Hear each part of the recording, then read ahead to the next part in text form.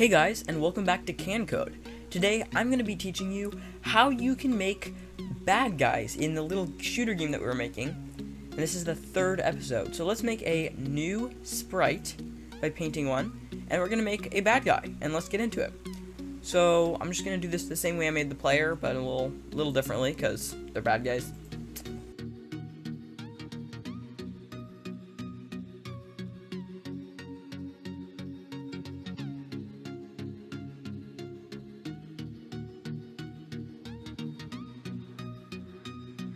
You know, maybe I'm just going to make them armless orbs. Okay, so let's just go to the code and just see what happens here. So, what we're going to do is we're going to say, when the flag is clicked, we're going to code the bad guys to start by hiding, just like we did with the bullets. We're just going to have clones, because there's going to be multiple bad guys. So we're going to have, when the flag click, we're just going to hide. And then, we're going to go to the edge.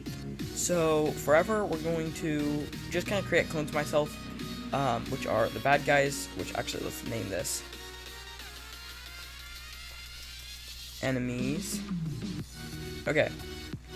So, they're just going to create clones of themselves. But, remember, we also want them to wait a little bit of time. So, how long should we wait?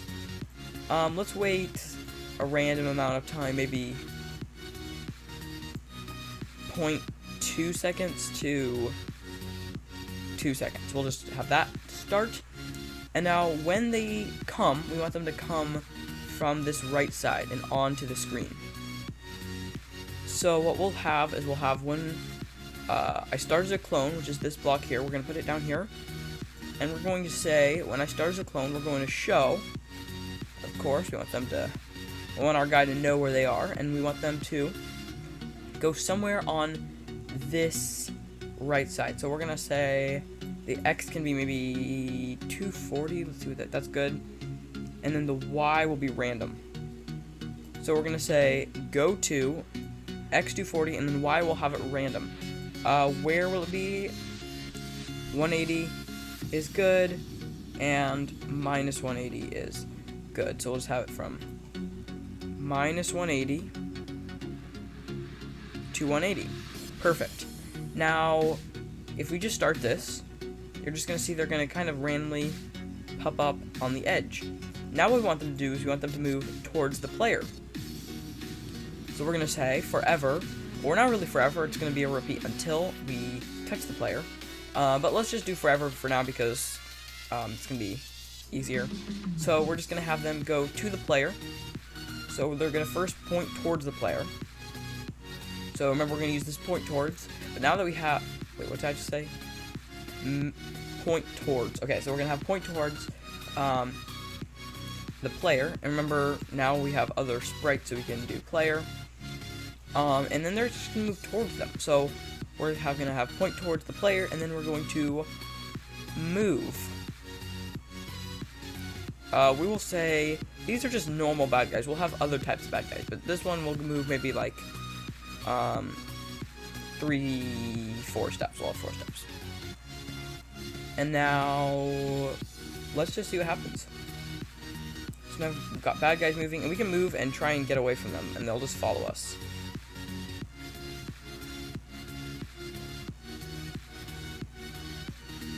Yeah, so that's kind of cool. There's quite a bit. And now we can shoot still, because we made that, remember? But they're not killing the bad guys. So now we have to make them so that they die when they touch a bullet. So we're going to go here and we're going to say, if we touch a bullet, so if, go sensing here, touching, and then not mouse pointer, but a bullet, then we are going to die. So delete this clone. So now, boom, we just killed like every bad guy there was in one shot. That was kind of cool. But now the bullets are just going right through them, which is kind of cool, but we don't want them to be that invincible. So what we're going to say is we're going to say for the bullet, we're going to have them die when they hit an enemy. So repeat until touching edge, but I'm going to say not only touching edge, it could be an edge, or we're going to use this or operator here, touching the edge or touching an enemy. We want them to also die if they're touching an enemy. So, if we try this, let's see what happens. So, it didn't work. Why didn't it work? Well, the reason why is because the bullets, or actually the enemies, are actually dying before the bullets can see that they're touching them. So what we want is we want the enemies to, before they die, we want them to wait a little bit of time. And that little bit of time is going to allow the bullets to realize that they're touching an enemy. So we'll just go 0.0001, just a super small amount, and it's just going to be enough so that they both die. So that's pretty cool. That is working. Okay, so now that works pretty well. So let's make another type of enemy, which is going to be kind of cool, right? So let's make this one go a lot faster than normal. So we'll go to the costumes, and we will duplicate this costume. This one we will call normal, because it's a normal enemy. Oops, that's not how you spell normal. Ah, I can't type. Okay, now we're going to go to this one, and we're going to call it fast. Whoa. My goodness, I cannot type. Okay, so we're just going to go here. We're going to make this one a little bit smaller. And what my idea for this one is it's going to go really fast, but it's going to not follow the player. It's just going to go right towards the player at the beginning, but then it's just going to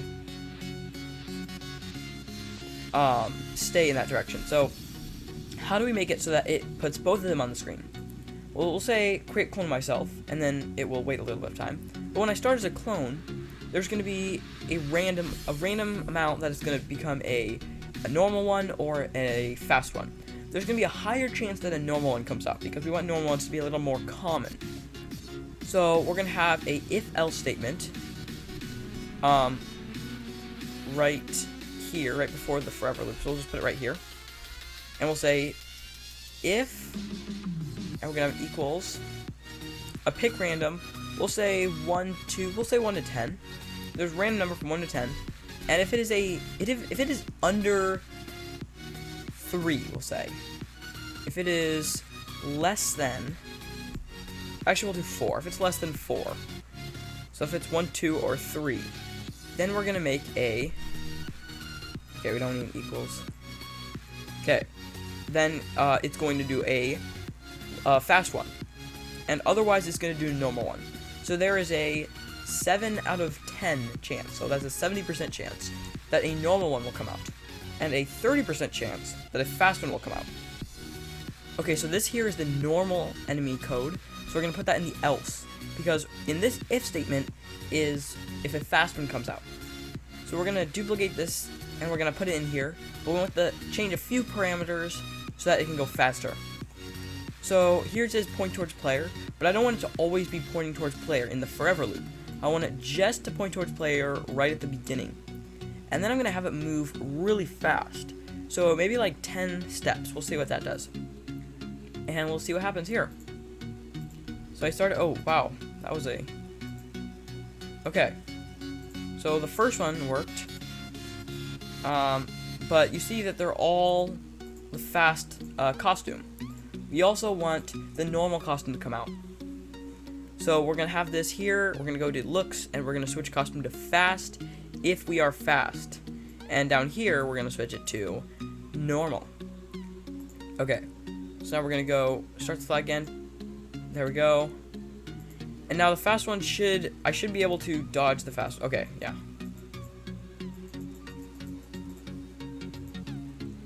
So try this again. So I'm moving around, I got those ones, and see those ones just go by, right by. So now they touch the edge, and then they just stay on the edge. So what we want is we want them to disappear when they touch the edge. So for the fast ones, if touching bullet, then delete this clone. But now we also have to have an or. If touching the bullet, or if touching the edge. Like that. Okay, so now if you notice, as we're playing, only normal guys come for some reason. We can see some of them appear, but they just disappear right away. Why is that? Well, it's actually because when it touches the edge, then it's gone. It touched the edge, and then it deletes itself. So what we want is we want them to kind of come out a little bit before.